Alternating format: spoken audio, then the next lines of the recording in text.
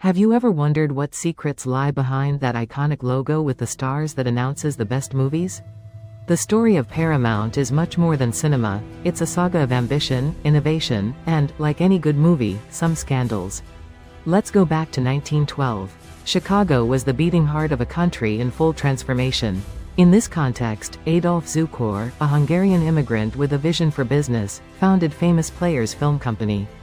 His idea was simple but revolutionary: bring theater stars to the big screen, elevating cinema to a respectable art form. But Zukor was not alone.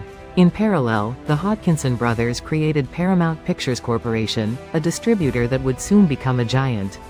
In 1916, Zukor orchestrates a masterful merger, absorbing Paramount and giving rise to the Paramount Pictures we know today. The early years were not easy. Zukor was a visionary, but also a ruthless man. His star system strategy, where stars were the main attraction, worked perfectly, but also generated tensions. Actresses like Mary Pickford and directors like Cecil B. DeMille became synonymous with Paramount, but their egos and ambitions often clashed with Zukor's iron grip. The 1920s were a golden age for Paramount. The studio produced blockbuster hits one after another, from historical dramas to light comedies. Paramount became a symbol of Hollywood's glamour and opulence. But the arrival of sound at the end of the decade posed a new challenge. Paramount, like other studios, had to invest heavily in new technology and adapt its production to the new formats. The Great Depression of the 1930s hit the film industry hard. Paramount was on the verge of bankruptcy but managed to survive thanks to a series of bold decisions, including the sale of some of its valuable theaters. World War II brought a new wave of popularity to cinema. Paramount produced films that raised the nation's morale and entertained the troops on the front lines. After the war, the studio continued to innovate, betting on new talents and exploring new genres. In the following decades, Paramount experienced ups and downs.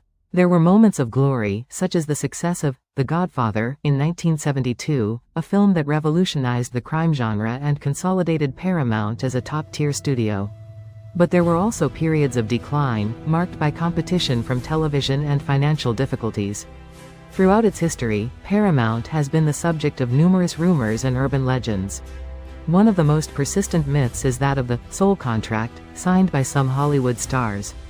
It is said that Paramount, like other studios, offered draconian contracts to young aspiring actors, promising them fame and fortune in exchange for giving up total control of their careers and, in some cases, even their lives.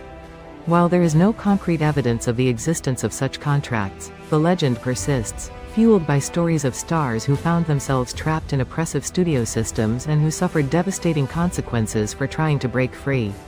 Reality or fiction? The truth probably lies somewhere in between, in the gray area where ambition, power, and desperation intertwine.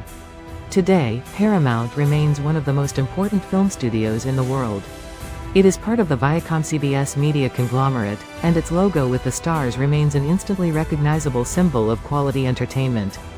Paramount has been able to adapt to the changes in the industry, investing in new technologies, exploring new formats, and betting on new talents. From its humble beginnings in Chicago to its current position as a global entertainment giant, the story of Paramount is a reflection of the history of cinema itself.